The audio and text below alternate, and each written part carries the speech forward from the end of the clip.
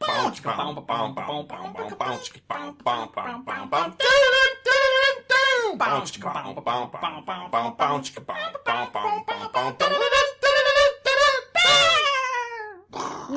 to episode 193 of the Countdown Movie and TV Reviews podcast. Get ready for some violent crumble this week, kids. My name is Wayne. Yeah, boy. Americans know what violent crumble is now. They do? Well, there's been a whole story about how a lot of it's now released in the US. Oh, there you are. Welcome to the podcast. My name is Paul, and where we count down movies and sometimes television in order of awesomeness, so you don't have to. And Wayne, as he's very subtly alluded to there, today we are talking the top 10 most violent films. Violent ass films. Yes, that are awesome. We probably won't call it violent ass. I really want to call it violent ass. Won't play well in iTunes. Yeah, because they'll think, who? Yes. Violating ass? Yeah, no, we're not doing that. All right. Well. The best films which are violent, that's our countdown today. It's a pretty broad brief, and I imagine we may have come in very different directions, so it should be a lot of fun. And then we picked that countdown on the back of reviewing Overlord, which only finally just opened here in Australia this week. Been out in the States for several weeks, and all of our American listeners have a chance to see it. Now the rest of the world gets to catch up. Well, we'll see. We shall see how that one goes as well. Wayne, I believe you've been a very busy boy. Yeah, I've been watching a shit ton of movies lately. Don't make it sound bad. No, it's just like it's what I imagine. Yeah, okay.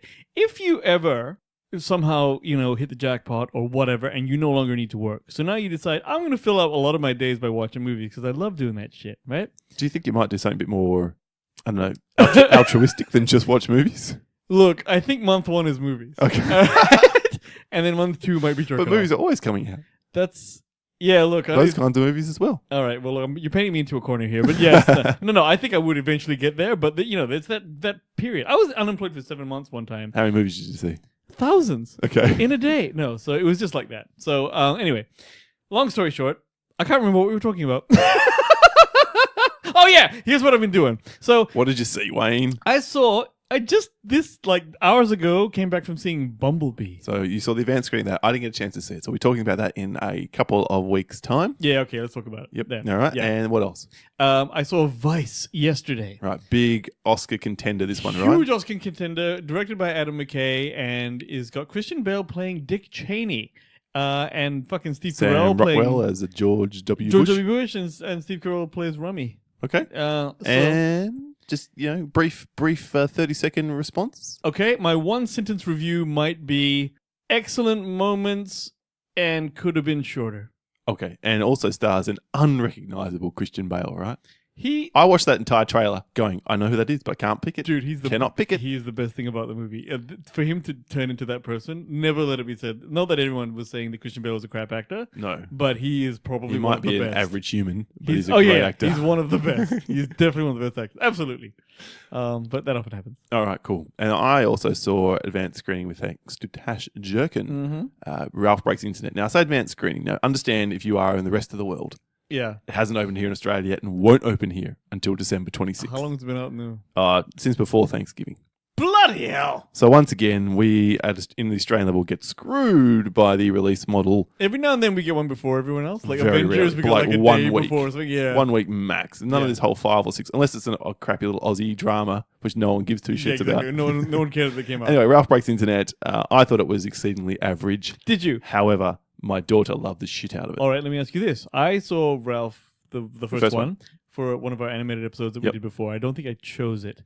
I was expecting a lot more from that one. Did you like the first one? Well, I didn't when I first watched it, but when I rewatched it with my daughter in the lead up to Ralph Breaks the Internet, I liked it a lot more. Is it because she dug it and then you dug Maybe there's a little bit of that. Yeah, okay. But also I think maybe I paid a lot more attention and some of the humour hit better for me the second time around, which is an odd thing to say because normally humour is very much once you've sampled it, it loses its luster. That's one, yeah. And I used to work in Time Zone, which is an arcade down here, as American folks. When that was my first job. I was the dickhead with the key who hits the button, bling, bling, bling, bling, that guy. So This is the dumbest shit anyone ever said in the history of, and I don't think I'm I actually exaggerating did here. think Time. this whenever I was working my fair 14-hour enough. shift. So I thought that I'd have a kinship with Ralph Breaks the Internet with all the old-ass games, the 8-bit graphics and stuff. Didn't really. No. Okay. No. Well, I wouldn't recommend you see it, but I would recommend listeners with children absolutely come just after Christmas and, that break between Christmas and New Year and the kids are all on school holiday. Otherwise known as the best time of the year? get into it. That's what I would say to you. If you've got the kids, don't. And especially if you liked or even didn't mind the first one, there's enough here for you. It just doesn't scale the same comedy heights, I don't think.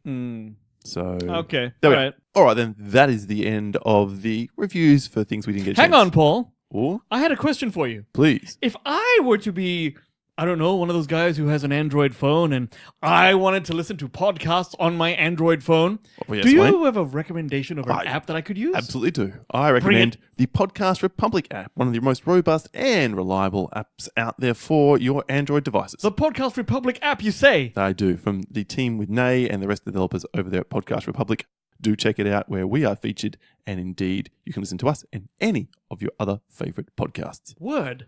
Excellent. Thank you very much for that. Thanks to Nay and the team for featuring us on their website. And I hope everyone enjoyed the acting. Acting, you say. Acting. All right, let's get into it then with the recount. Who wants a recount? Who wants a recount? Who wants a recount? Who wants a recount? The recount is where we hear what you had to say, Paul. Well, last week's show was all about JCVD, Jean-Claude Van Damme. Ah, yes. Versus Steven Seagal, and we crowned a winner there. Go back, check out the episode if you haven't, to determine what we thought was the best of the two of them. Our lists then were subject to the regular weekly listener vote over on our Facebook listener community, link in the show notes. Very comfortable victory for you, good sir. Really? Yes, absolutely. 21 votes to 11. So votes were a bit down this week, but those who voted said that basically you were there and there easily. Congratulations, sir. Thank you. Taking the overall tally to 15, 13, and 1. Most of it seemed to be about, effectively, you had double impact on your list and Bloodsport higher. Yeah. Which, fair enough. Absolutely fair It enough. was the thing, yeah. A couple of people voted for me, but they were obviously in the minority. Now, then I put it over on Twitter and said, okay, let's throw it out there for 24 hours and see what the Twitter community as a whole also thinks. They're called the Twitterati. Okay. Sure. 230 odd votes in the 24-hour period, which isn't bad at all. I had 3 options. First of all, please, anyone else was a vote option, of which 31% of people went for. So that's People are just going to go for that. a large number. And we had some people, for example, suggesting that Michael Dudikoff, that's from at Nerd Adonis on Twitter, Yes. said was a better one than both of them. Heaps of people wanted. Hang on. Michael Dudikoff was American Ninja. That's it. That's it. That's all he ever It was did. also American Ninja 2. Oh, I'm American sorry. Ninja Excuse me. 3. Probably American Ninja Annihilation and American Ninja Vengeance. I'm making those ones up, but I don't doubt I'm they could sure they possibly actually exist. But otherwise, people were suggesting that maybe Arnie was their favourite and Bruce Willis was their favourite. Oh, we get it. Absolutely. We didn't say. They're not even close to these. These are the BBC. But of the choices that we had, a face mainly your mother could love said in the end it has to be JCVD though. Better filmography, less of a cunt. Patrick Holt said JCVD was both a better martial artist and a better actor, and that is not saying much. No, it's true. From Shane, a good friend of mine from the Pod and Family. Now that I'm older, podcast, I know I'm late, but clearly JCVD sucks less and is less of an ongoing douche nozzle than Seagal. Absolutely. That's what he should have on his IMDb page. SS looks like a villain in one of his god-awful movies he used to star in. That's true. Which is pretty good. That fucking goatee thing he's doing now, way to look fucking even more shit. Now, Claw's butt, however, at Seagal 1972. What? So I don't know how closely related this Wow. man is. Watch Philippe Martinez interview on YouTube. He said that Van Damme would have no chance against Seagal in a real fight, and Martinez directed Van Damme in a movie. All right. If I was to weigh in on this, Which you have a lot more martial arts just experience than looking me. at I think Van Damme is maybe like my height, and then Steven Seagal's like 6'5". He's a big bloke, isn't Yeah. he? So given that they're both at this advanced age, Van Damme would outrun Seagal. Yes. Right. Which is your big plan. Totally my big plan. But I think. But I think Seagal actually has grappling experience, and that's what's going to take a guy down. So he's probably right. All right. Now, to finish up the Twitter poll, then 12% of people only said Steven Seagal, and 57% in a landslide See. victory said Jason. No one likes fucking Steven. No, Yeah. it's quite clear he has put off the entire world. Now, my 2 favourite bits to wrap up this week's recount of feedback. First of all, from previous guest co-host, good friend to us, Alejandro, Yes. He, listening to me talk about blood clot in Mark for Death, actually corrected me with a link to what it actually means. And it's actually bumbaclot. Bumbaclot. Yeah, bumbaclot. And it means a Jamaican slang equivalent to douchebag or motherfucker. Oh. Often used as an interjection to express disgust or dismay. Now, you watch that fucking clip. I saw that again because you showed it to me, and it does sound like they're saying It's blood, like blood clot. Time and again. Bumbaclot. Oh, yeah. No wonder I couldn't get it, but thank you for that, Ali. That's good, man. Thank you. And then the last bit of feedback today which is fantastic, from Julio from the Contrarians podcast, who, out of the blue during the week, suggested that someone of our listeners must be musically inclined enough to turn you into a song. Me? Yeah, virtual Wayne into a song. Oh, no. And then he presented me with potential lyrics with the disclaimer, I am no musician. Now, I was going to try and do it live, but the way the soundboard works, it wouldn't cut together properly. So I just want you to imagine. I got no idea the tune that Julio had imagined, but let's see how I go here. Give you a beat. It's called The Wayne Song. And it's kind of like, all your opinions like my asshole, man. All your opinions, bitch, please. This is the dumbest thing I've ever heard. The dumbest thing, bitch, please. And I don't think I'm exaggerating here. Bitch, please. Exaggerating. Bitch. Eat my ass. Not all the asses. Eat all of the asses. I stand resolute. Motherfucker. That's the best I've ever heard you sing. Oh my god. Well, sure, when you put them all together, it sounds like a bunch of cussing.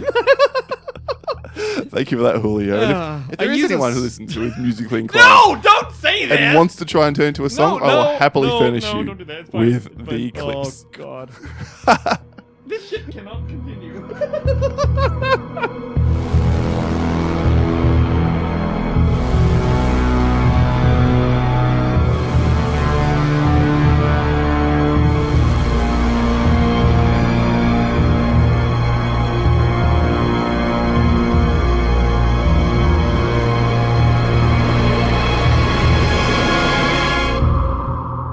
Overlord. Here's a 2018 American war horror movie directed by Julius Avery and screenplay by Billy Ray and Mark L. Smith, based off Billy Ray's story. And Billy Ray started out writing Color of Night. Oh my god, by the that way, dude. And is currently at work on his script polish of Terminator 6, as well as a bunch of other films in the I middle. liked Color by Night. The budget for Overlord, $38 million. It runs 110 minutes, and its box office, I should add, thus far, only 40 million as it expands Oh, really? the world. Wayne, what is Overlord about? Everyone, this film is set during the Second World War on the eve of like D-Day. These American paratroopers drop behind enemy lines into like Nazi-occupied France to penetrate the walls of this church and then destroy this transmitter so the Allied forces can do a bombing run the next day. But see, as the soldiers get towards the target, they run into all the usual Nazi shit you might think, but they also start to realize there's this weird more shit going on in this like Nazi occupied village that like it's got like a lab and there's some freaky shit going on in there, and well, this is the documentation of their vicious battle against that. True. Okay, you didn't mention for once, I left it out, the people who starred. It's Jovan Adepo, Wyatt Russell, Matilde Oliver, John Magaro, and Pilu Asbak, and Bokeem Woodbine. Now, first thing, did you know? I did not know Until that dude was Kurt Kurt Russell's Russell's son. son. And only now that... After the film? Yeah, you I'm look at like, it, you of course. Of course it is. He's got the same sort of weird mouth and face. And the eye, I think the eye line is precisely Kurt Russell. Interesting. Because like, he was in 22 Jump Street, right? He was. And that's where I was like, oh my god, I've seen him before. I was watching Kurt Russell's son the whole time. I making definitely gay jokes recognised with him, but I Channing didn't... Tatum. Yeah. Yeah. So that was actually cool. I was like, It was pretty cool. Yeah. All right, Wayne, what did you think, other than Kurt Russell having a son who's in this film? And I assume it's Goldie Hawn's son as well, therefore. I think it would be, yeah. What is your impression of Overlord? Well, I walked in almost completely cold. I remember you showed me the trailer of it a while back, and then I said, I remember liking the look of the trailer, and then by the time this movie came around, I was leaving work to go see it, and they're like, you gotta go. What's up? Yeah, I gotta go see this movie. What are you seeing? Overlord. I was like, what is it? I was like, I fucking can't remember. I don't know what it's about. So you honestly went in there I knowing went in nothing. cold as shit. So I got in there, and then I remember... The only thing I remember... R-rated, by the way, which Yes. one of the only R-rated wide releases here in Australia. Now, R in Australia is different than R in the States. Yes. R is basically your equivalent of NC-17. Is Yes. that what I... Okay, all which right. is box office death, effectively. Oh. Because only people 18 and over can see it, and lots of people who are under 18 go to the movies.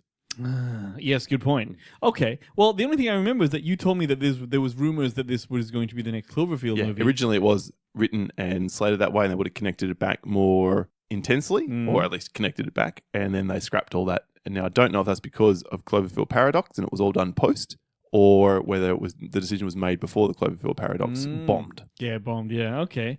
Yeah, so anyway, I didn't know anything going into this, so when it came around, I thought it was a gross out wartime like yarn, and it feels a bit like you're playing a video game, this movie, to me. Yeah, there's a bit Right? of Doom / Yeah. Castle Wolfenstein, enemy territory. Yes, very much so. And to be honest with you, I liked this movie. That's good. I really liked it. I agree, 100%. I'm surprised. I thought you were... So am I. I didn't think you were going to shit on it. I thought you'd just go, meh. No, what's cool about this movie is that it's interestingly filmed. Yep. Okay? Like, there's a scene, no spoilers, No spoilers at this point. We'll get into a brief spoiler section. Yeah, it's just where there's it's a jumping out of a plane, paratroopers, I told you. You know? Awesome. There's this scene where that particular bit is handled like in a really manic, really well put together and frenetic jumping out of your seat kind of way.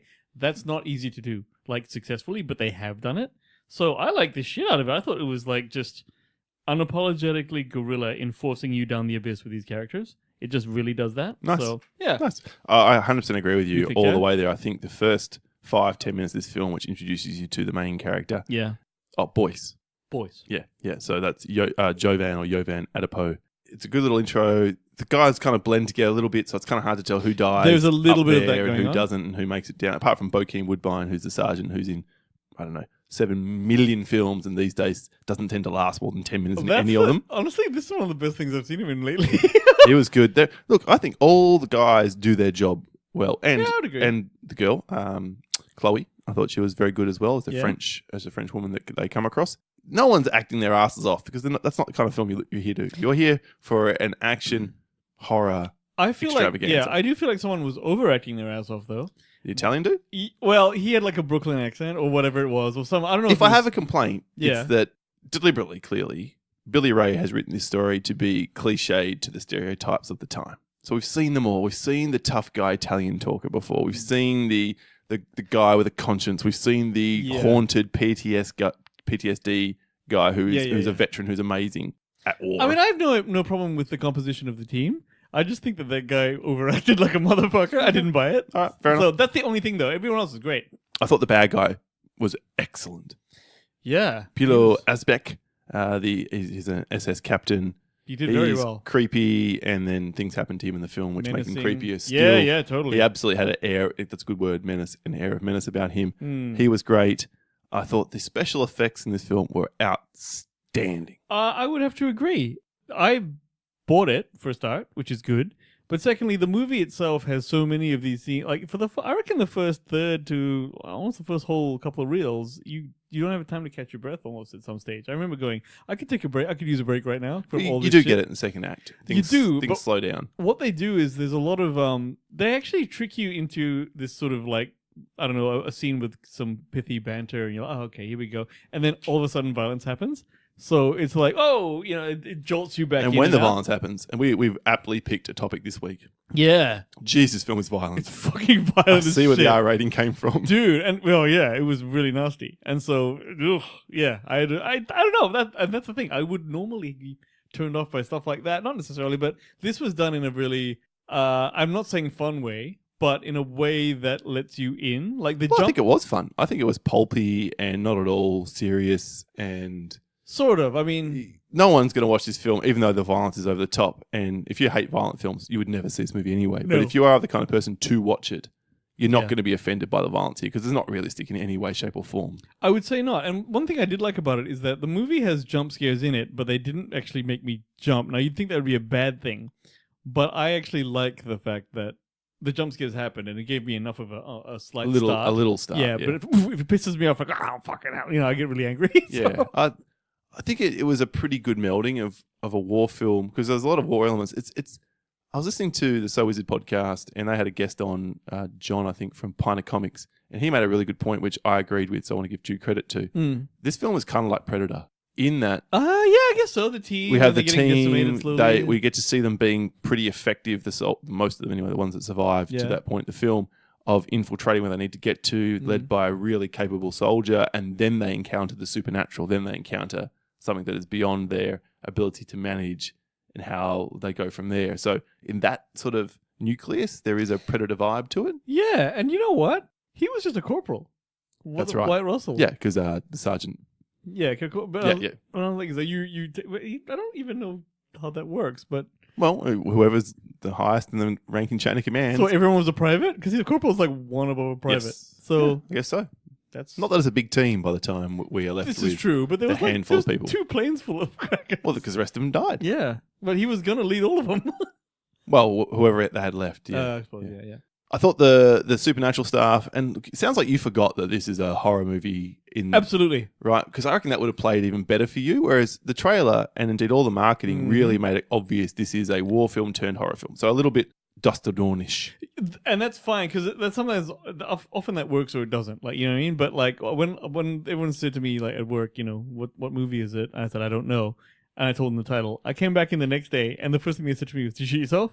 I mean, what do you mean? So we all looked up the fucking trailer after you left, and turns out it's a horror movie. He's like, he fucking can't handle that shit. But yes, no, it did. It was actually a hell of a ride. Yeah, I think it transitioned quite nicely, and even amongst the horror of the second half of the film, horror in the violence and the supernatural zombie-ish type stuff that happens. Yeah, the action was still pretty good. There's still some action scenes. There's still guys firing guns at each other and big ass like Brenton guns. Yeah. And there's a fantastic shot that almost winds up the film. When I don't want to say how, but there's a one shot amongst massive action. Oh yeah, which is fantastic. That was the shit. Yeah, no, this is well filmed. That cemented me as like, okay, this guy Julius Avery is a good director, and apparently he has been picked to helm the Flash Gordon remake. I've heard that. Which is big news. And actually, I kind of get it. His style is very... It's not... It's like oddly raw, but still handled well. I don't know. We don't see a lot of these mid-range $30 to $40 million budget films anymore, just like this movie. And it's a real shame it hasn't done better. I hope to God when it expands wide, and it won't. It's not going to make another $40 million around the world. But if it did, it would be great, because the studios need to be convinced to give these mid-budget... $30 million obviously is a lot of money. Yeah, $40 million. for a normal person, is a lot of money. But for a studio, it's not a huge risk. Yeah. Like half of it's hedge funded anyway. And once the DVD and the Blu-rays and the downloads come out, I'm sure the movie will end up going back into the black because it's done enough now to get there. And it wasn't a huge marketing campaign. They didn't spend a lot. Do you know what? I reckon JJ doesn't do that. Mm-hmm. He's doing like Star Trek and Star Wars and shit. He kind of doesn't need to promote any of this shit, right? Yep. And then when he goes and does these other movies, like the other one, all the Cloverfields. I forgot to mention he's an executive producer. Yeah. So he doesn't even bother almost with these. It's almost like he made it because he wanted to see it. So, yeah, I'm just a bit annoyed that it hasn't made more money because it's a shame that an original property like this, which is a solid to good... it's a good... For me, in my sensibilities, it's a great film. Yeah. I would agree. For the average punter, it might not be, but it's not a bad film. No one could watch this movie and say it's badly made. No, I agree completely. And in fact, this is going to get a pretty good score from me because it's trying to do one thing and then it did it really well. And achieves that. That's all a movie has to do. That's right. Whatever your goal is. It can't all be fucking Shakespeare or whatever, you know? Yeah, so, or fit your particular sensibilities. Absolutely. So, if you are a drama person, this is going to miss the mark, but you can appreciate the good filmmaking that went into it. And it makes it different. It makes it more enjoyable. So. And I also want to give a shout out to Adipo as Boyce, who I think as the lead of the film and the moral heart of the film was very good. Like, he was very convincing when he was reacting most of the time. There's a couple of times when he intervened, I'm like, come on, There was that was definitely a bit shit. But other than that, no, nothing bad, nothing really that bad to say about this film. All right, let's do a very quick spoiler section then, and where we can talk about some of the deaths and the like, and then we'll give it a score. But there's 2 positives from the both of us. Defo.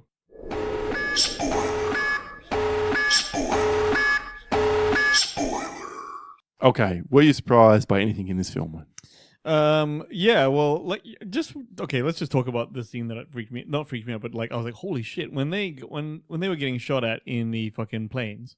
That was a really good scene because you see gunfire coming through the plane and everyone's freaking out, and then it goes to breaks in half, and finally this guy falls out of the plane, right? Yep. And as he falls out, it's almost like the camera's sort of attached to his front, and he's spinning. I mean, that part's all CG, but it's palatable CG. It's palatable CG, but it's like really in your face because the guy's quite close to you, right? And it's all this shit is happening, and you can't see what's going on. And then at one stage, the camera kind of floats in front of him. You see the plane blow up behind him. Very cool. Then he goes all the way down. Lands in the water. That's cool as well. The lighting's great. Oh yeah, it's really wicked. And I think that surprised me. I'm sitting there going, that was extremely well handled, and now I'm impressed, and now I'm leaning forward a bit. Yep. So that was something for me. I mean, and then we had a great scene where, all right, they gather. We see the sergeant die, Bokeem Woodbine. Yeah, and Heroically. And Boyce is going to throw himself into the mix, and then Wyatt Russell stops him from doing so. That was stupid, and he shouldn't have done. Yeah, but no, that's so he did the shows right a good thing, guy. stopped him. It shows he's a good guy again, his moral center. Yep. And then they gather 2 or 3 other dudes with them, and they're walking through, and we're setting the characters up now. Mm-hmm. Beyond the 5 minutes we had in the plane with them, and I'm going to write a book. And Can I say something? Yeah. In the plane, where there was like a bit of back and forth, this guy does this guy does that, this guy does that, all right? That's how that should be handled. Not like in Predators, where there's like, oh, well, these people all just hanging. This is that guy who does this they thing. weren't hanging. They were all being arrested. That scene put me off the whole fucking movie. You know what? That should have been on my. please. That should have been my most disappointed list. I was thinking about it. Anyway. Well, I'm sure you'll have a chance to talk about it again in a few weeks' time. Oh, when yeah. I will be very I dark. didn't even think about it! But it might very well go on that list. Haven't made the list yet. Well, if it makes you best of the year, good on you. All right. Yeah, anyway, and then walking through and steps on a landmine, boom! Oh, yeah. Explodes. That was the bit that was like... Because they were talking this funny shit. Yeah, Let's yeah. write a book. Yeah, Boom! yeah. Oh, Jesus! That was So- good because it kind of set up for me that no one was safe. That said, I'm a little bit surprised who lived in this movie. I'm trying to remember now. Well, obviously the main guy, Boyce, lives. Yeah. But the Italian smack talker lived, which really surprised me because did the cliche thing of he forms an attachment with the kid. That was fun. That was a nice little relationship. And then he's going to die for him, which I thought, okay, we're going down that road. Gets shot right through what looks like the lung, lives. I thought it was a shoulder, back of the shoulder kind of thing. But making him live is like the only ray of light in this fucking dark-ass movie. Well, not just him, but the other guy lives. The guy was definitely sure was going to die immediately after he gets rescued was the guy who got, like, they found in the lab? With yeah, the thing? in the lab with the Yeah, he suctions. made it. He made it. I'm like, that was truly shocking to me. So 3 guys live in this film, which was very and the kid and the French woman. So that's Well, you knew the kid and the French woman were not going to die. Well, I thought the French woman could die to save the kid. That would have been fine too. Yeah, it just wouldn't play. I don't see an audience. I was a little bit putting that surprised by how many people lived. Is what I'm trying to say. In such a overtly violent film, in. where Okay. yeah, Well, no, the way that so Wyatt Russell, and not pleasantly, I guess what I'm saying. But yeah, Wyatt Russell, he does die. but he kicks himself up first. I actually thought to myself, Heroically, I might add. Yeah, Ford is his name. well, yeah, okay, Yeah, he That was was kinda cool. obviously he was the best dude in the film. Like he's the guy that he's the hero. Well, not the hero. He's not the protagonist, but he's the guy. but he's the most heroic yes, totally. in a way of all the characters. And then of course, so it is zombies. I've basically said as much, but if you've seen the trailer, you know this is the case. They're zombies. There's a fantastic scene where the guy who's the photographer dies. Yes, So he gets shot by the bad German dude. That dude is in Agents of S.H.I.E.L.D. Is he? He's one of the 2 nerds. Fitz or Simmons? Yeah, Fitz or Simmons, one of them, not the girl, basically. I did not recognize Yeah, him. that's him. Yeah, you're right. Ian DeCastica as Morton Chase.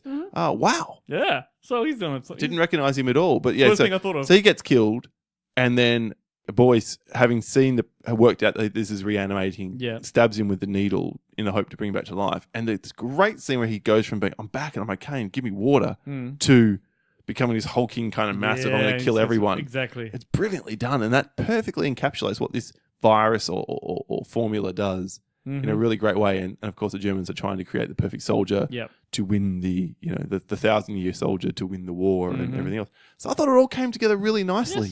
Yes. And This again, is not poorly written. the effects are astoundingly good.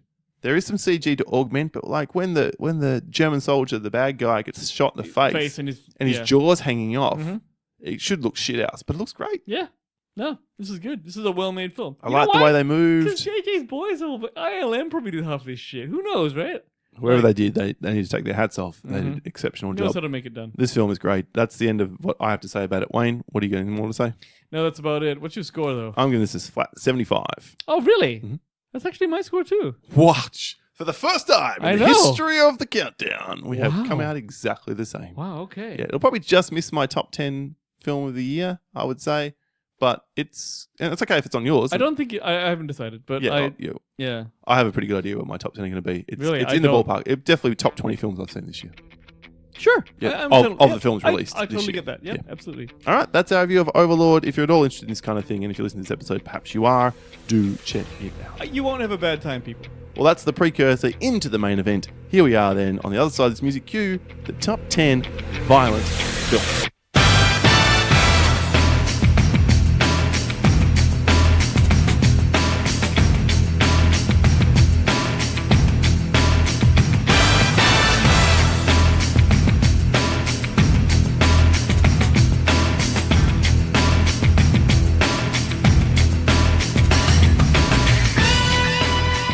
10 violent films is what we're doing today for the countdown. You If are a missed- menace with that fucking.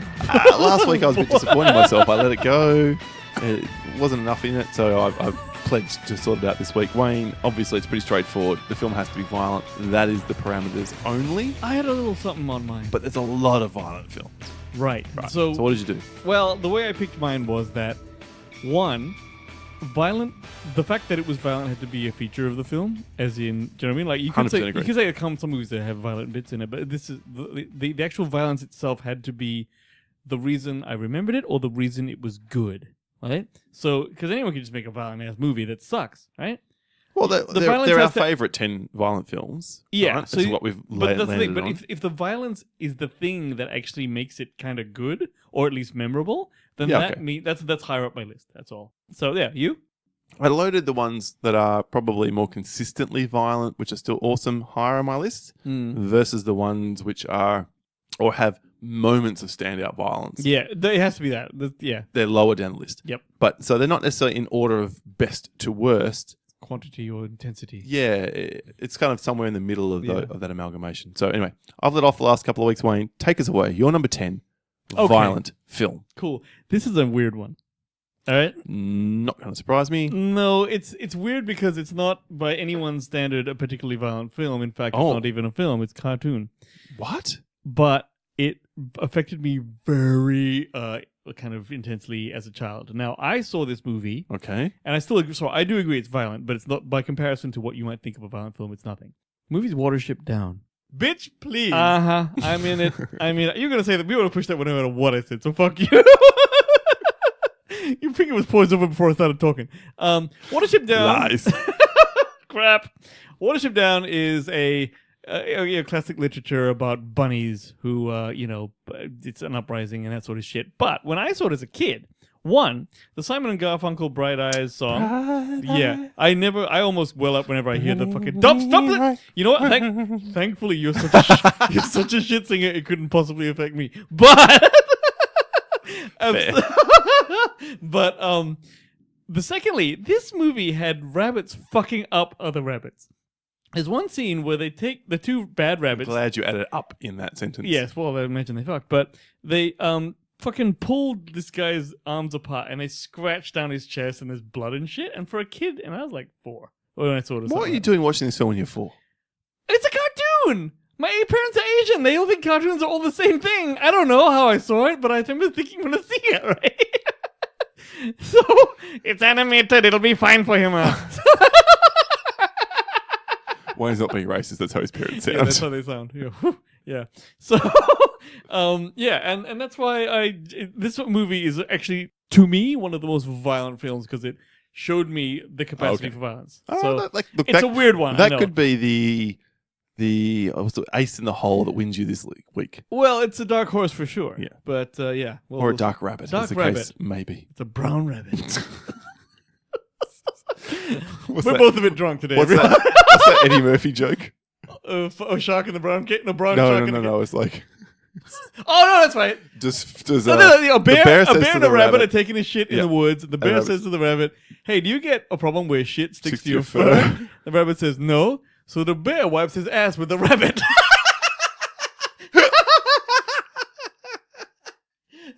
Shit. Check it out, Delirious 1984. Yep, big fan. As long big as fan. you're okay with unpiece of humor, check it out. Which you should be. Yeah. Oh, well, product of the time. Product of the time. My Exactly. number 10 is apt because it has the word violence in the title. And maybe there was something playing out there subconsciously, but I immediately thought of this film.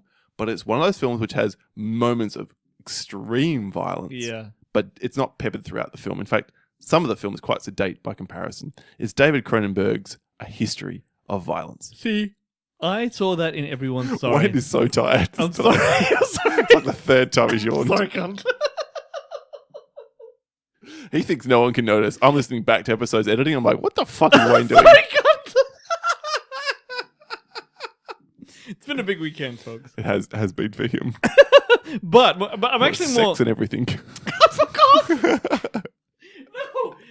No, it's more because like but what's good for you guys is that I'm that level of tired and stoned that that it just makes me like more like boisterous. It's more entertaining. Okay. You are a sad, strange little man, and you have my pity. It has the opposite effect with Paul. It's fucking sound.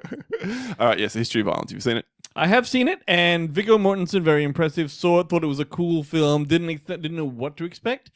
You're right. It's just bursts of really big violence. and it's massive not actually violence. it's not a slow The dude in burn. the diner and he smashes That was what was the nasty. coffee pot over his face Yeah. and shoots him and he's got his jaws hanging off. That and, was fucking nasty. You're right. That actually was a pretty... I forgot it was And that then bad. when they come to his house and the three dudes, including Ed Harris, this is where Ed Harris dies when his spoilers, his son shoots him. Yeah.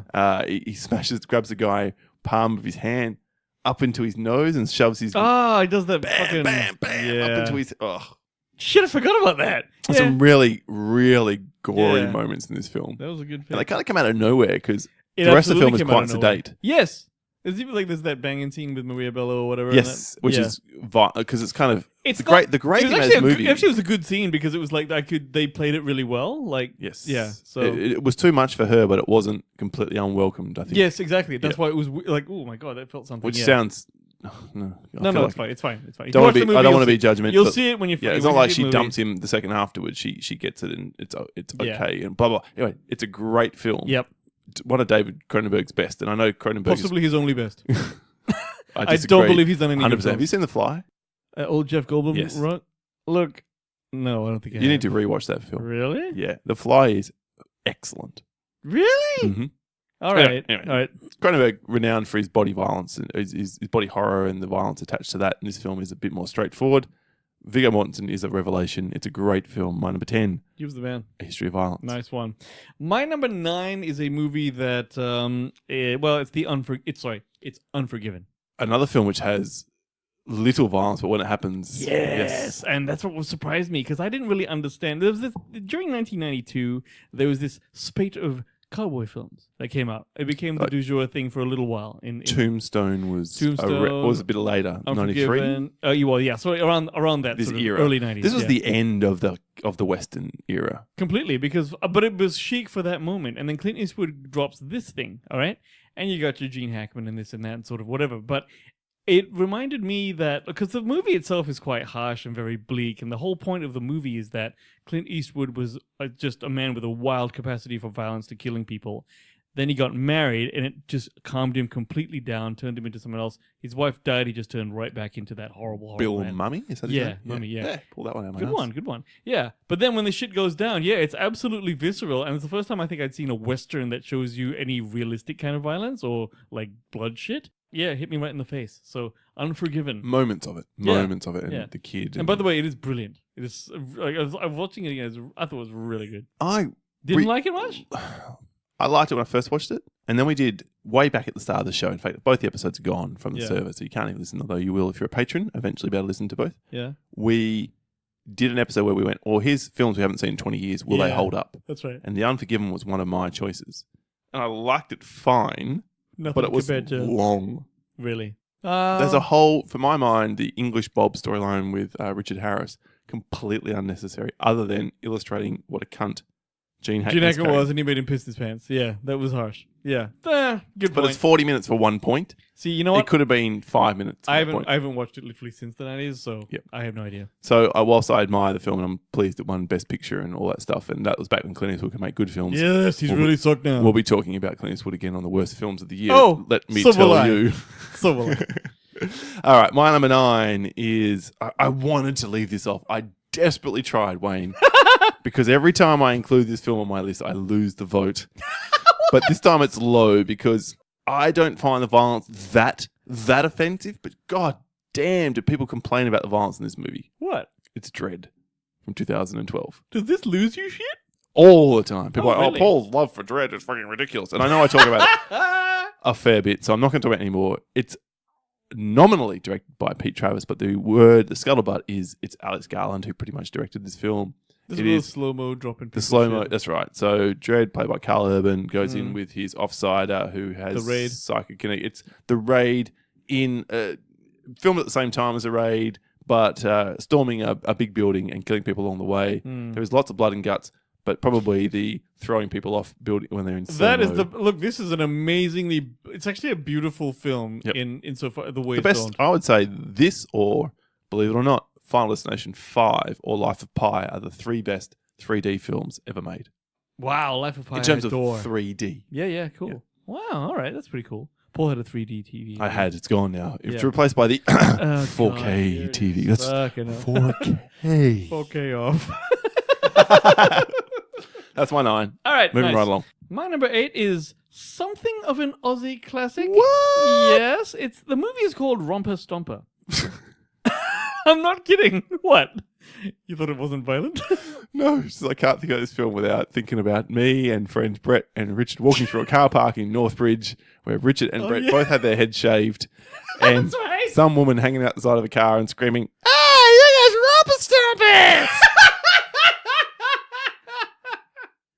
That's what going out at night as a young person in Australia is like, everyone. Just so you know.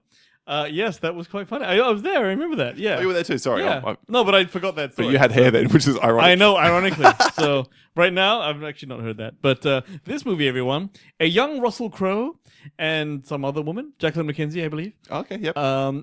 It's basically about skinheads in Sydney, Melbourne, somewhere in Australia. Somewhere. But I don't remember. Like, it was rated R. I remember that. It was rated R. I remember watching and- it and thinking, eh. Really? Hmm. I was with Bill's sister when we were watching it and stuff, and she was saying that there were points where she had to just look at the sky because of all the violence. Now, I didn't necessarily feel that way as that strongly about it, but at the end, there is a knifing in the throat or the back of someone's neck, which makes them kind of do that jitter thing on a Okay. beach, and it was like I wasn't ready for it. So I remember thinking that at the time, though, that was among one of the most like Did violent you ever see it films. again?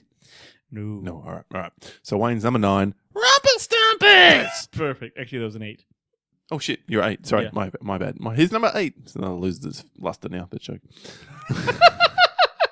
My number 8 is the film which I chose to lead off on Twitter with the graphic 4 because there are moments of violence in the film and then it just explodes in this orgy of 10 to 15 minutes of violence at the end. We have to have a Quentin Tarantino film on this list. Yeah. So this is my entry. Kill Bill Volume 1. Oh, dude. Kill Bill is... You're right. I think... Would you say Quentin Tarantino is known for his violence? Oh, for sure. Right? For sure. Like, we'll hear some of it in listener feedback in the Pop 10 segment, but multiple of his films. Like, Django got a whole bunch of votes, and Reservoir Dogs got a whole bunch of votes. Inglourious Bastards got a couple of votes. So people just went through his filmography and just went, oh, that's the one that's most violent for me. Totally. I had to struggle not to have 2 Tarantinos in my list. Is this on your list? Absolutely. It is. So this is low. Hello! Yes, totally. I'm a little offended that it took you so long to say it. Well, I just don't overplay it like you. So... How dare you? Look, man, we've seen fucking action films before. It's just that Quentin Tarantino, this is a really good example of a guy who the film is good chiefly because of his treatment of the violence. Like, if it wasn't as violent, it wouldn't hit us as hard, we wouldn't be as memorable, and he wouldn't have, the jokes that he does wouldn't land the same way. Well, the film is so violent. Yeah. The, whatever they call the Motion Picture Academy Yeah, MPA, whatever, yeah. made him turn that scene black and white. And you know what? I didn't know that they made him do it. I thought that he did it to appease them and maybe get a better rating, right? I don't know how it works, Well, but the way it works is you submit it to the MPAA. yeah, I think so. And they look at the film and say, NC-17. Really. And you go, okay. Well, and they give you notes about da-da-da-da-da. And so he made, I think the story goes, he made 2 or 3 attempts to cut it in a way that they would pass it. And it still went, nah. And so he said, okay, what if I turn to black and white? Yeah. And they went, okay, not as offensive. Well, here's what Which is fucking idiotic. dude, that is what's ironic about that is one of my favorite things about that movie. Because when the Crazy 88 starts, the fight starts, right? Yeah. And she pulls the thing, then the screen really unapologetically just goes zoom to black and white. Yep. And as How's it it go was again? zoom. Thank you. That's right. And so, but when that Take it back! oh fucking suck it. What does that even mean? Suck a dick. Ass sandwich. All right. But as it came, it actually made me more comfortable by the same degree. I was like, oh, I'm happy to watch the scene now, and all and it was fine. Chocolate sauce just getting out. It wasn't blood. Chocolate sauce. That's what it looks like. It's That's how Wayne got through Kill Bill. So it Volume 1. was, man. It was good, and then it came back and it was blood everywhere. But it's fine. By then you were acclimatized. So perfect device. So Okay. yeah, come up with this shit, man. That's my 8. It's high on your list. We'll see how high in due course. What's your yes. 7, sir? My number 7 is, you'll love this, Event Horizon. Yeah, I can see that. Oh my Although, god. God, I believe the original cut of the film would be way higher. I don't even understand. Like, hearing about the original cut, I don't even understand. I wouldn't be able to handle it. Because that movie I saw in the cinema, and first of all, only a few years ago did Paul say, yeah, it's a horror movie. I'm like, no, it's not. It's in space. And I'm like, yeah, it's a space horror movie. I'm like, really? Is that why I found it so offensive? Yes. Because all the shit with people. I love the way that you, in your world, space films can't be horror films. Well, no. I just. Horror transcends setting, Wayne. That's the wankiest thing you'll hear on today's show. Yes, it is. Yeah. Anyway, but this movie had people's like eyes and shit in other people's hands, just holding them. Fucking disgusting, man. Don't ever watch this film. Just don't watch it unless you love all that shit. Disagree. Absolutely. This is the white elephant, white rhino. What's the? I think it's the. This is the Moby Dick of the Paul W.S. Anderson filmography. It's a genuinely good film. I was wondering where you were going with that. Fine. Paul Anderson is a white dick. It's accurate. Yeah, because he did all the Resident Evils and shit, Yeah, right? with the exception of the first Resident Evil, they're all bags of anus. Number 2 is good. No, it's not. No, number 2 is fine. No, it's not. Bullshit. Fuck off. You just fucking shit yourself. Bullshit. Oh, you did. Anyway, yes, Event Horizon is a nasty ass Event violent Horizon's movie. great, And I know it's a horror movie, so of course it's violent. But for me, I wasn't expecting a But horror what we were movie. alluding to was apparently the scenes in hell were about 15 minutes longer. I know. And he ran into so many problems. He just cut it down to this extremely fast. It's not subliminal because you can see them, and especially if you press pause, you can catch it all. Of them all, the characters who are damned being tortured in hell, and it's extreme. That made it worse because when you see snippets, you start imagining more shit. Well, I see where you're coming from, but I don't think the Australian class or whatever Yeah. board, the MMPA, the MPAA, Yeah. whatever it is, they would not see it the same way. Yeah, sure. All right, nice pick. Very cool. My number 7 is sort of another Quentin Tarantino film. What? It's not really. It's written by him. It is Really? directed by Tony Scott. True Romance. True Romance. Let me remind you. Hang on a second here. Okay, hold your horses. Go on. Has a scene which goes for like 10 fucking minutes where Tony Soprano Yeah, Tony Soprano and James Patricia Gandolfini. Arquette. Yeah. beats the living shit out of Patricia Arquette. Mm. And it is, even for me at that age, at 17, where Oh, it you was were like, tough. I first of all, I was young and I didn't understand the way all this shit works. Mm. But even at that, I was like, I'm uncomfortable. No, seeing a girl get beat up is To that fucking- point? Even if you know she's acting, it is still uncomfortable to watch. She eventually gets the upper hand and kills him, Yeah. which is the only way that scene could have ended, because Mhm. dear God. Oh, dude, no. But that scene alone puts it on this list for me. To say nothing of, then we get a huge gunfight and people being blown away left, right, and center. We're kind of, I admit, what's the word, desensitized to that kind of violence. That's because you see it all the time. Yes. Although it is certainly in a Tony Scott film played up, I would argue. There's like squibs going off right in the center of camera, close-ups on the squibs going off. Yeah. Unlike most films, which is the camera's mid or even long range shot. Yeah, good point. Yeah. Oh, but Tony Scott always fucking chokes up. Tight, on yeah, everything, yeah. That's his style. It's Yeah. very, very in and claustrophobic. But and that makes that scene. God, can you remember when he throws her through the glass door Yeah, of the that was- bathroom? that was and really tough. She starts laughing at him, and he's like, "Oh, you're I can't remember what his exact Yeah, words, yeah. but you're a peach or whatever." Yeah. And then when she kills him with a shotgun, she's like roaring into the camera with blood. Oh, It was tough. it's uncomfortable as fuck. So I hope you Yeah. understand why it's on my list. No, that's a good point. But it's a great film. One of my favorites I know. of this. No, it was despite the whole Quentin Tarantino walking away from it and disassociating himself and stuff. Yeah. it was still a really good movie. And it was. I was just thinking that with James Gandolfini doing that role, he's a really good fucking actor, man. It To be able was. to It's sell a that real scene. shame. Yeah, He was Anyway. taken too early. That's Oh, my totally. number 7, True Romance. Cool. My number 6 is Sicario. I talk about this a lot. What?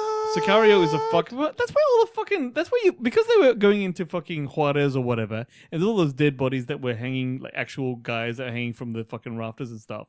This movie was really violent. It saw all that nasty shit straight up, and the fact the reason I hit it is because the violence made it good. The violence is what made this movie good. The fact that it was I so certainly remember the harsh, opening scene where the bodies are on the walls. that's one thing, and then the thing blows up and everyone gets like fucked up, Yep. right? And then all this shit. But even when you got into Juarez and she was basically saying, "Is it this bad here?" and it looked kind of like hell, and everyone was going through it. And I thought even the shooting up of the fucking like the highway, all that sort of crap. This was a good movie. This was like a good. That's movie. a good film. I like it. No, but because I it was violent. Like if it wasn't as violent, if Dennis Villeneuve hadn't doing all this stuff like this way to make it as harsh looking, it wouldn't have hit as hard. So that's the feature that makes it a violent ass good movie. I didn't really even think of it, to be honest, as a violent You're film. kidding me. No, See, you're desensitized because of all your horror shit. probably. Yeah. Can't knock it. No, I get it. If that's what it did for you, it's not Totally. one of those things you No, can't it hit me hard. honestly dispute too hard. Yeah. But surprised. Yeah, okay. where I'm going. All right, That's where I'm all going. right, all right. All right, my number 6 is you're going to be surprised by, and I have one thing to say to you before I even say it. Eat my ass! Eat all the asses, man! All right, what is it that we... I recently spoke about it. So did you.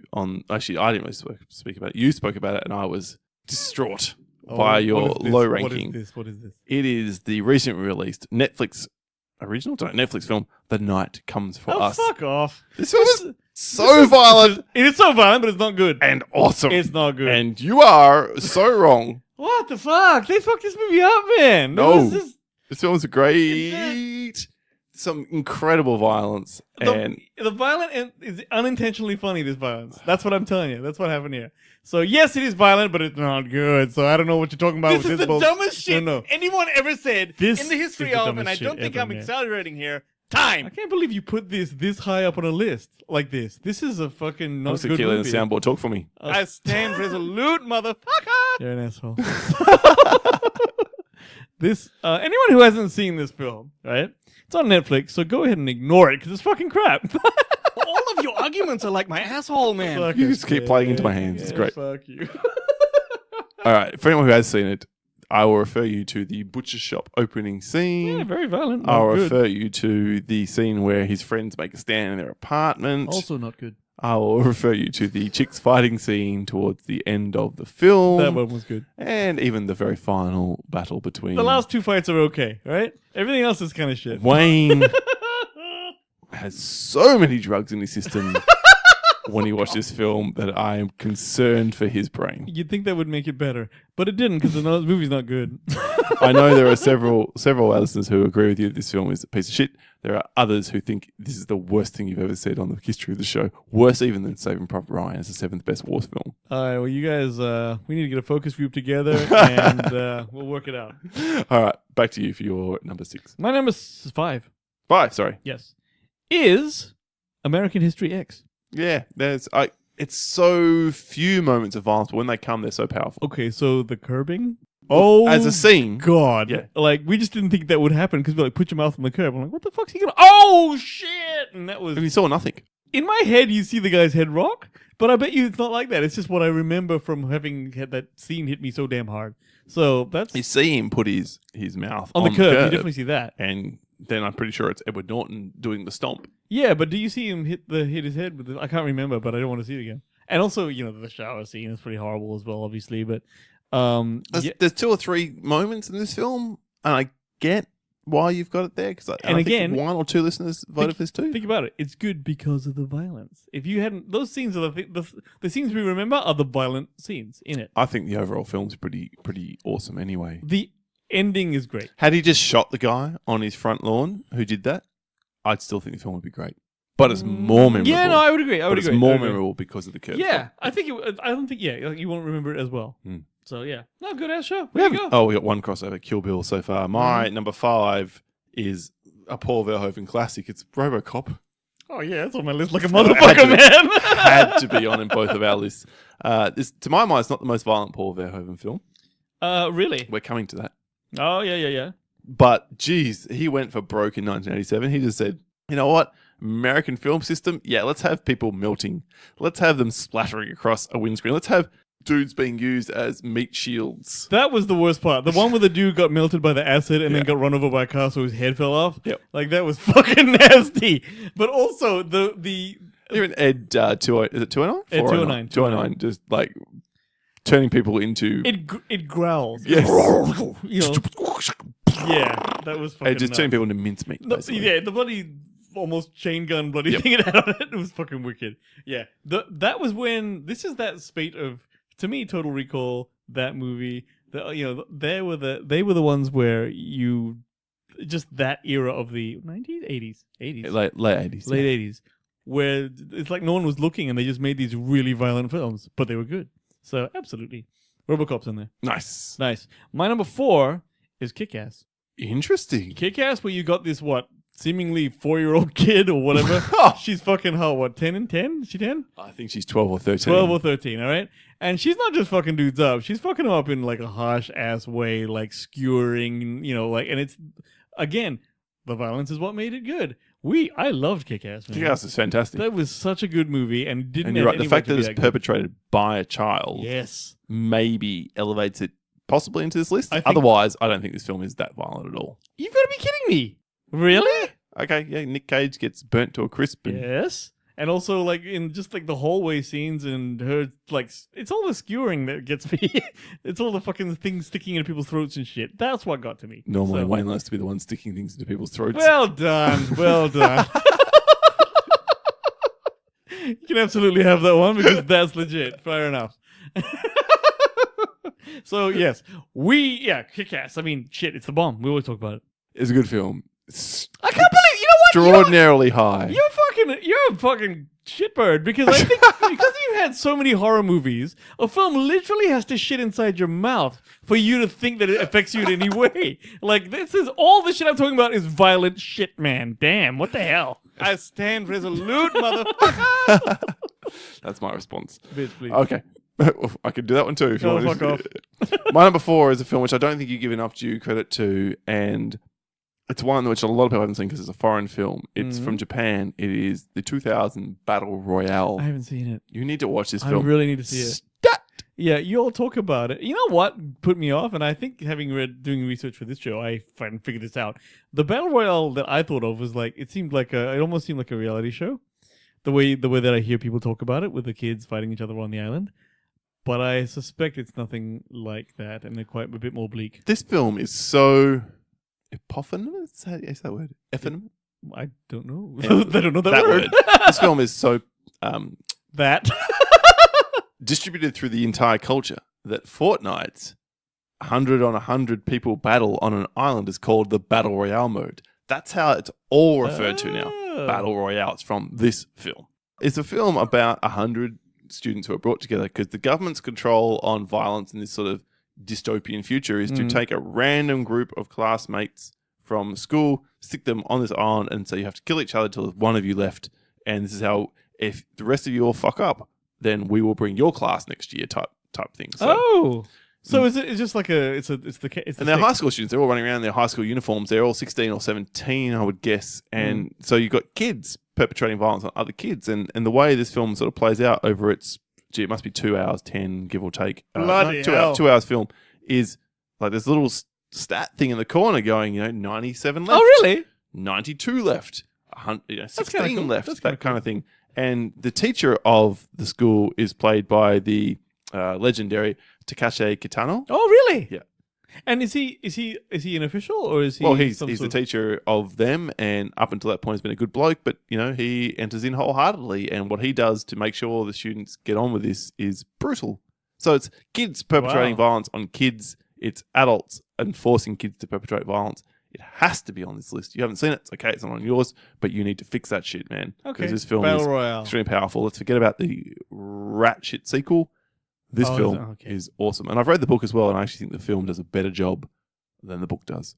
Paul doesn't often say that. Mm. So nice one. Okay, cool. Shit. My number 3 is City of God. Interesting. Do you really not think this is violent? It's violent. I just don't think it's that violent. It's a good film, a great film, and definitely in my top 100 films of all time. Violent. I guess because it was mostly not actors and stuff. I felt it a bit more. You know what? This movie shouldn't have worked. I told you. I've said this before. This is mostly not actors. They had to go to some sort of. They had to teach people how to act and then cut it together like this. But I remember not expecting to like it. That's for sure. Yeah. And then just thinking this probably is one of the best movies I've ever seen. So Definitely up there for me. And once again, the violence. It's what helped me remember it.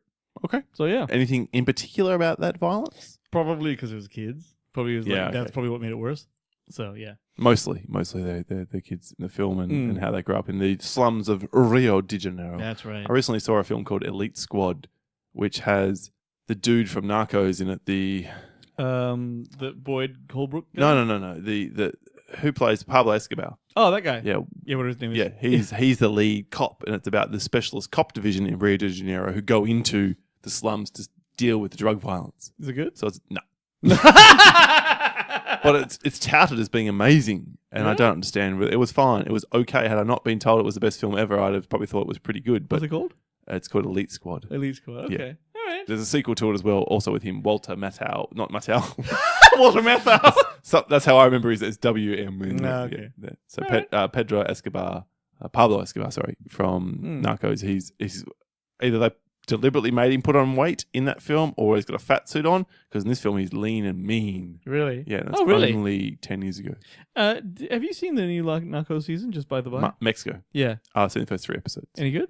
Yeah, it's completely unrelated. Oh, no, that's fine. Same sensibility, but completely unrelated. So you can watch that as standalone, just decide whether you want to watch Narcos or not. Michael Pena. I don't know. Yep. A little bit of a fan of Michael his. Pena and the dude from Rogue One. Diego Luna? Yes, Diego Luna. Ah, Yes. yes. Those two are the mains in it. He one of them is the cop, one of them, or the DA agent, and one of them is the drug lord who rises to power. Cool. Jury's out. Jury's out. Better or worse than the original Narcos? I don't know. It's a lot. Narcos is like an amazing movie, though. Sure, I mean. Sure, it is, especially the first 2 seasons. I think the third I- season was a little bit but I've forgotten even if I've seen the third season. But anyway, yeah. All right, moving sorry. right along then. Back That's on, yeah, sorry. My then number 3, of course. Again, didn't want to have to talk about it, but I cannot overlook it. The Raid. Okay, there you go. So I'm glad I didn't overlook it then. No, you didn't, man. The Raid. Holy shit. All right. Well, I mean, Believe me, my number 1's not on your list. So Oh, really? I wonder about our number 2, but The Raid is an incredible film. It is gratuitously violent. It's wonderfully done. So it is, however, men on men through the entire film, Yeah. which sounds like a different kind of film than what I'm intending to reference, but in that way, kind of makes it. But that, no, but what that does is it allows you to just enjoy the violence. Yeah, okay. You know what I mean? Like, you ain't got to think about this. It's just crackers smacking each other the fuck up, right? Yeah, or shooting the shit out of each Or other. shooting it, whatever. Yep. But just creatively shot, wonderfully choreographed Gareth violence. Evans, incredible director, who's not put a foot wrong yet. Although Apostle, no one here as good as The Raid and The Raid 2. It's extremely memorable. I think everyone on the show knows about this film by now, so we can just probably move on. Yeah, we can whip through this as well because my number 2 is Kill Bill. How is my number 2 not on your list, Wayne? Right, isn't it? I now would like you to apologise to everyone, including me, Let's hear it. for not fuckface. having this on Let's your hear list. it, assface. My number 2 is another Paul Verhoeven film. It is the most violent Paul Verhoeven film for me.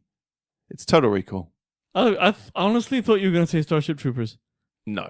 That's it. Starship Troopers is violence yeah, as well. Yeah. Total Recall has the most violent use of a human meat shield in the history of cinema. Oh, with the guy down the escalator? On the escalator. Yeah, that was pretty harsh because he's just getting capped, It man. shoots about 7 Total Recall, and I've said this before, I'll say it again, is the film which caused the Australian censors to release 2 cuts of films. It was so violent, but they didn't want to deny other people the chance to see it. Younger people the chance to see it. Do you know what it was? Yes, it was violent, but here's what I'm going to say, and this is completely unfair for the time, all right? No CGI. Some would say that's excellent, right? As a result, they had to practically make things like masks of Arnold Schwarzenegger. Yep. And there's just no way you can get that right where it's unnoticeable, okay? So I remember at the time where, like, you know, the get ready for a surprise, that bit, right? Yep, the head. The head that her head comes off and comes on, right? And you see Arnie's, it's not her head that looked bad, it was Arnie's head underneath, which was clearly fake, Yep. right? And I went, ugh, like this. But then I saw, Oh. I let it go. I wouldn't penalize it if you hadn't harped on it. So Harped on that's it. the thing. Where I've accurately put it on a list of violent It's films. a great, the best violent it's films. a great violent film, but I don't know that the violence was more him taking the thing out of his nose. You know, That shit's like that was hard to so watch. many. Like, what about when the police come on Mars and they're just mowing down innocent bystanders yeah, left, I right, forgot. and center? Yeah, that's a good point. Actually, the gory bit was when they landed on Mars at the end and they couldn't breathe. Yeah, The and his were bugging eyes out. are bugging That out. was fuck. I didn't like that at all. Damn, man, this is Yeah. an oversight on your behalf. I don't know. It just didn't see. Like, it's definitely technically a good violent film. Technically. I just don't know that it hits Listen to this brief. fucking guy. I'm just saying.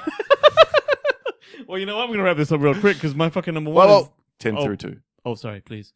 Well, obviously it's the one that you said low before, but yes, please. It was. My number 10 is Watership Down. Yep. Nope. I'm going to lose this one. I'm going to lose this one. It's okay, everyone. It's fine. Number 9 is Unforgiven. You're not going to lose this one. Your appeal to the masses will have everyone going, Wayne's pretty close. We can get him over the line. Oh, I see. So by verbalizing that, you think you're negating the effect? Yeah. I don't think so. I'm genuinely... I'm fine if you guys vote Paul this one, all right? Just let him have something. My number 8 is Romper Stomper. Number 7, Event Horizon. 6, No, Sicario. stop. Your number 8 is not Romper Stomper. Your number 8 is Romper Stomper. I'm sorry. Romper Stomper cat! Thank you. Just to make Nick Spinowski's job a lot harder. My number 5 is American History X. 4, Kick-Ass. 3, City of God. 2, Kill Bill. 1, The Raid Redemption. The Raid. Yes, as I refer to it. Okay. Yeah. That's a worthy number. That's clearly our pick between us then. Totes. My number 1 is a film I don't think you've ever seen. And if you haven't, more fool you, I'm Wayne. looking forward to hearing about this one. So I'll give you my 10 through 2. First of all, number 10, History of Violence. 9, Dread. 8, Kill Bill, Volume 1. 7, True Romance. 6, The Night Comes for Us. Fuck you, Wayne. 5, RoboCop. 4, So bad. Battle Royale. 3, The Raid. Potentially Redemption here in Australia. Number 2, Total Recall, the original and best. And number 1, Yes. it's a Peter Jackson joint. It involves a lawnmower being pushed through a whole bunch of zombies. It is Fucking Brain Dead? dead / You- dead alive. You took me to see this movie at the Lumiere. How is this not on your list? Because it's fucking stupid. Oh my god! Look, it's fine, but it's one of your horror movies. It's like, it's violent, but it's that funny violence. Yeah, it's not really definitely- violent. But it's super violent. I mean, okay. Let me There's list a the ways. Technicality. You can say When it. someone's and it sounds head like, gets yeah. sawed in two, vertically across the nose, and a gnome gets stuck in the top of it, violent. Yeah, but funny. Like, it's How about when played for laughs, though. when top of said head gets put in a blender, and the eyes are like, no, don't do it, looking at and then the person flicks the controller and blends the top of the head. Yeah, see, it's funny. It's not really violent. It's just violent humor. It's stupidly violent, Yeah. but it is, however, funny. You know, you know what makes me actually almost vomit every time I hear about this movie is that scene with the pus. Yes, That when is- the mum is That's- turning into a zombie. Don't talk about it. I'm going to throw up. I'm going to do it anyway because I want Ew. to emphasize that I deserve this win. No, this doesn't win you that. This is, look, I told you, Watership Down, you're going to win anyway. It's fine, right? But Is when the mum is turning into a zombie and her pustules on her yuck, arm, it's so one of them gross. bursts Everyone, if you're eating, just click off. and splutters pus into another character's soup, Yeah. I think it is, and Yeah. he eats it. It's like, oh, it's good. It's fucking disgusting. Chunky bits. Oh, God. What's wrong with you? What's wrong with everyone? That's so bad. That's so bad. Oh, damn. I'm sorry, everyone. You had to listen to that. Paul insisted on his bullshit. I don't know. Anyway. That is it. Those are our list of the our 10 favorite violent films. What do you think? Who nailed it? Who had Watership Down? Good one. That's fair enough. That's fair enough. Any honorable mentions, Wayne? Yeah, man. Check these out. 7. I'm surprised Old Boy wasn't on your list. Yeah, considered. Honorable mention. Yep. I thought you were going to say The Thing, too. Yeah, I don't think the thing's that violent. It's creepy and gross, and there's moments in it. But Yeah. I was going to say Kingsman, The Golden Circle. I actually... one of the listeners, but the heads, It is violent, but their man. heads explode into fireworks. So it's not really that violent. Oh, you're saying the violence was of a comedic nature, Paul? Much like your number 1 pick? No, but they overtly made it like that. As did fucking Brain Dead. I don't know where you're going with this. I don't know. Well, So- Brandon showed it. They didn't show explosions of Yeah, but it's fireworks. still like fucking. Nah, I didn't say motherfucker. I don't know what you worry about. Yes. So that's those. Any honorable mentions? Apart from Old Boy, Mm. I also had Brawl in Cell Block 99.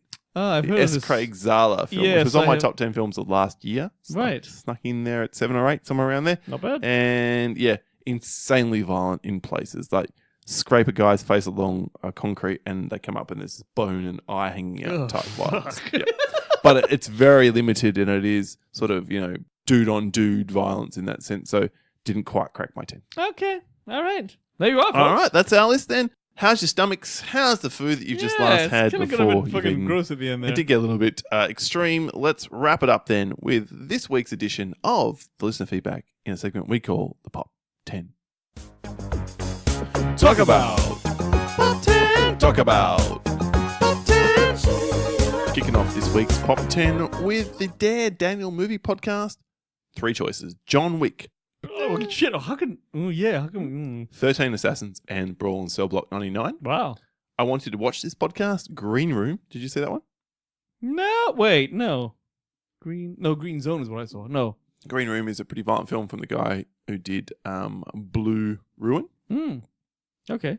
The Raid 1 and 2, and Ricky O. I haven't seen Ricky O, but I have seen it around the places as a very violent film. Wow. From the Film Inquiry Podcast Network, Kill Bill, Yep. Crank, High Voltage, Yeah. and RoboCop. Yep. Totally. You know, friends of the show, St. Paul Filmcast, Reservoir Dogs, Scarface, and Old Boy from obviously 2003. Reservoir Dogs was implied violence, no? Well, there's people shooting each other and whatever, but I would agree. I don't think Yeah, I it's don't violent think enough for me. It's intense, is what it Again, is. maybe yeah. it's again. Well, immune. many things aren't violent Yeah. enough for you. Oh, Yeah. what's violent for us may not be violent for other people True. and whatever else. Mike Seibert Radio Podcast, a good friend, contributor to the show very regularly. RoboCop, Total Recall, and Dread 3D. Looking forward to your vote this week, Mike. Well, Jesus, I think you just made your list from his list. There you go. All right. From Duty from the Shaken Not Nerd and Noob Podcast, Tusk. It better be on someone's list. What? Yeah, come on, Duty. Look, I adore Kevin Smith. Everyone knows that. This is a piece of shit. This has like one good scene in it. I agree. Hot Fuzz, Church Steeple, Garden Shears. Yeah, I suppose you're right. I Excavator. suppose you're right. Look, I actually that should have been on my. That one works better for me. That's a good choice, I think, from Duty. And Baywatch. That's gruesome. Judy sticking the knife in there for me. Paul digging it. We mention her most episodes, but we do love her. So Gidget Von LaRue from the Retro Cinema Podcast. Definitely Kill Bill. Love that movie. What up? Goodfellas. That's pretty violent Yeah, places. this motherfucker's still alive. Boom, boom. Yep. Stab. Yep. Start the film as well, which makes it more memorable. And RoboCop from 1987, Yeah. of course. From the Two Girls on a Bench podcast, Natural Born Killers. Good point, but I didn't like that movie. You didn't like it? Nah. I did, but I haven't watched it in a long time, so I couldn't put it in my top 10 Oliver favorites. Stone with his weird face. Evil Dead, the remake from 2013, which is gratuitously violent. Okay. You've never seen. Nope. And Rambo from 2008. Yeah, a few people said. I think I've seen this. Did you see the movie? I did, yeah. It's I've known it's known for being mega violent. Yeah, he kills like 300 people in that movie, I swear to God. Yeah, but in some like foul ass ways, right? Well, Like, you see a lot of graphic shit. I think it's mostly just shooting, but it's just so intense and so, full on, yeah. Is it good? I don't know. Hard to recommend. Yeah, one of those okay. hard to recommend. But that's for me, obviously different for Two Girls on a Bench. Christian Steele, John Wick, Rambo, again, and Commando. Commando's great. Yeah, I remember that. Orville's Wedding had Goodfellas, Last of the Mohicans, which really intrigued me. The idea, like The scalping. the scalping. Stuff. Yeah. Well, I don't think you really see them, but the worst scalping ever on screen was in Dances with Wolves, and it was I'll take your word. slightly off screen. Yeah. And the last pick from Orville's Wedding, Once Were Warriors. You know what? I knew it was violent. That's a in different very kind of domestic violence. way, and I never saw But it. I think that's a great pick. From John Wheeler, again, on Twitter. Desperado, Reservoir Dogs. This is interesting to me. Falling Down. Michael Douglas. Yeah. Was that violent? Not that I thought it was more sort of. Yeah, okay. I suppose a little. Nah, not as much to me, but that's cool. From Super Retro Throwback, American History X. There you go, Wayne. Mm-hmm. RoboCop, and another vote for Natural Born Killers. Boom. I Have Bad Dreams at electric_Negro on Twitter said, this one takes the top 3 all by itself. The night comes for us. Oh, fuck off. Eat a dick! What's up with you people? I don't know. Have another good look, y'all. Jordan Petrie had Dead Alive. There we go. Brain Dead. Evil Dead 2013. And Cannibal Holocaust, or any cannibal movie that stupidly includes real animal violence for no reason. The guy who directed that film went to jail. Good. I hope he got raped. It was like 1979 or 81, something along those lines. I don't want to know. What do they do? Well, it's a film about cannibals, but they kill and eat animals in the film. And it turns out they were real animals. That's fucked up. It is absolutely. Movie Reviews and 20 Qs podcast is on their show last week to do the Die Hard Christmas special. Thank you to Sam and Stacey for having me on. Their choices, or at least Sam's choices, were Battle Royale, RoboCop, and the only movie of recent memory that's maybe had to pause, go outside, lie down, and get some fresh air, Green Room. What is this movie? You should see it. It's a film about a bunch of punk rockers who could do a gig at a neo-Nazi kind of place. Okay. And things happen and they have to be murdered to keep the secret of what's going on, and they're trying to survive. Wow. Basically the way it works. Sounds rough. Tara Mahalik gave a very cryptic answer. Melting dudes, loose stones crushing reporter dude's head, legendary assassin taking out whoever is in his way with anything he can get his hands on. I cannot picture what this movie is. Well, it's 3 different movies. Oh. Melting dudes, I thought was Raiders, but That's she what I said thought. RoboCop. Okay. Loose stones crushing reporter dude's heads, Hot Fuzz. I got that one right. Oh, all right. And legendary assassin taking out whoever is in his way, Could be anything. John Wick. Okay. All right. Not bad. John Wick should have turned up a lot more, actually. James Spence over on the Facebook listener community has a Clockwork Orange. A couple of people mentioned Clockwork Orange. I haven't seen it. Okay, fair enough. Yeah. Scott Pilgrim versus the World. No, really? That was great. That was awesome. Yeah, that's interesting. Interesting choice. I'd love to hear why Yeah. James thinks that one. And Sweeney Todd, the Demon Barber of Fleet Street. James, you and the rest of our patrons will be hearing our thoughts on Sweeney Todd in the next 2 weeks. Yes. Troy Anthony from Comic Confidential, of course, part of our network. I'll give you one. Battle Royale. A whole bunch of school kids on an island offing each other until last kid stands. Plus, it's got Takeshi Kitano. Brilliant.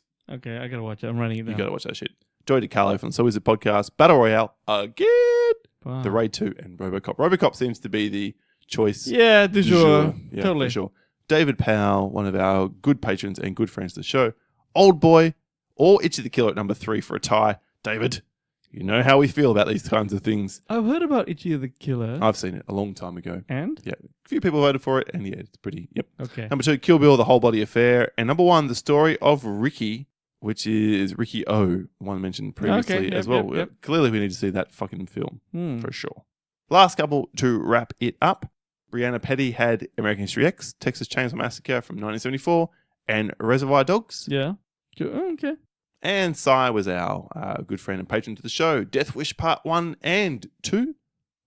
He's got a few more here. We'll read them out. Hostel, Predator, Nico Above the Law. There's a Steven Seagal nod. That one was kind of... Hard to Kill, another one. Big and fan. Rambo again from 2007/2008. Very popular. Thank you to everybody who gets back to us. We always get too much feedback to get through, and we really, truly do appreciate you. Help shape our lists, Thank you. and we couldn't get by without you. All right, that's today's show, episode 193. Wayne, next week's episode 100, therefore, and 94, what are we doing? Spider-Man, y'all! Into the what? Spider-Verse? Yeah, that is indeed it. the And shit. we were so excited by the animation in the bits Yes. and pieces we've seen, including the end bit on the Venom film, that we decided to do the top 10 countdown of that, the top 10 game-changing films. Yeah.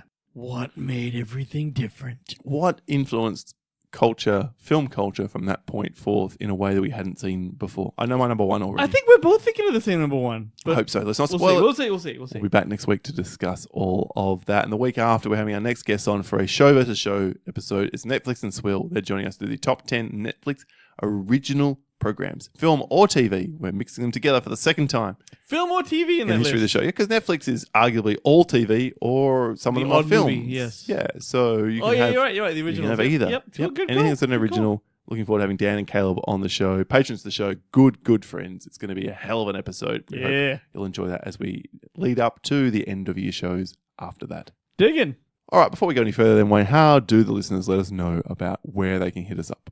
They can just Google the Countdown Movie and TV Reviews or hit us up on the email at thecountdownpodcast@gmail.com. We're on Twitter at the Countdown PC. We've got our Facebook listener community as well. And of course, if you search for us, as Wayne has said, we're pretty much everywhere. All right, Wayne, it's time to announce a very big announcement. Okay. What? Episode 200. We are pretty close now. 7 weeks out before we hit a marker that I would suggest less than 2 or 3% of podcasts ever hit.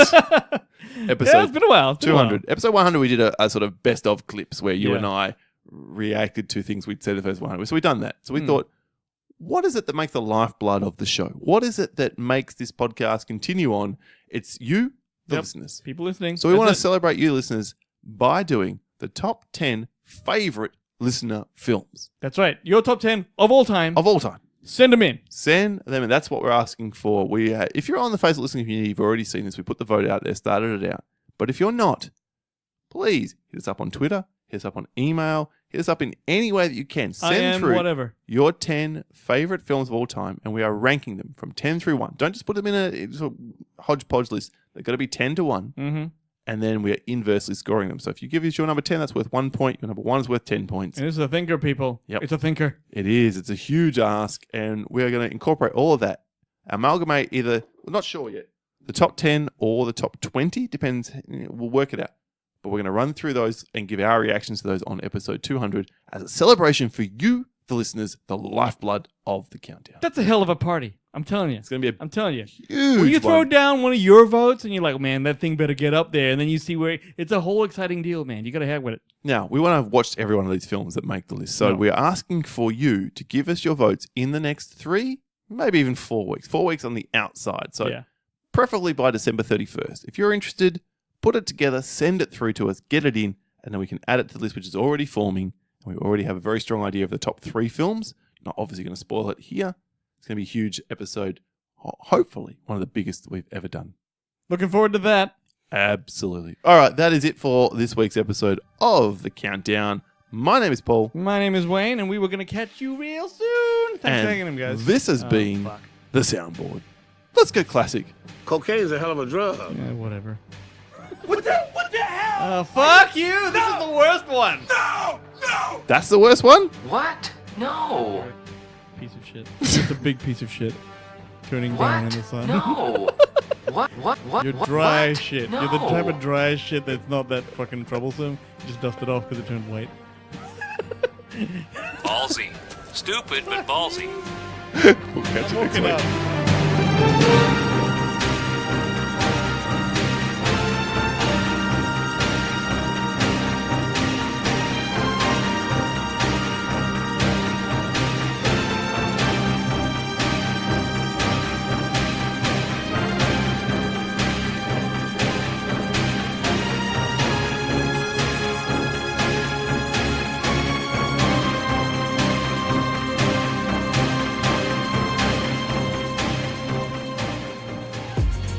If you love this podcast, then head over to comicconpod.com to check out the other incredible shows on our network. Whether you love comedy, pop culture, or movie and TV reviews, CC Radio has got you covered. What? Trying to set it up so it'll be funny. Okay. Oh, beautiful. Oh, my God. That's going to go in the bloopers. Everyone, that was Paul busting a huge fucking rancid belch, and it just sounded fantastic. Good effect. He's still laughing about it. Said away, but I thought it was going to You know what would be funny? If you say Overlord and I come in right afterwards, and so just go, oh Lord, go. No, just try it. Do I now. need to get you? No, you just go. How are you going to say it? Like with the echo on? Yeah, say echo on. Keep it all on, right? But you just say Overlord, and I'll come back in with Overlord right a split second after, and we'll let it ride out. So you go, Overlord, right? And I'll come in with it. Ready? Overlord.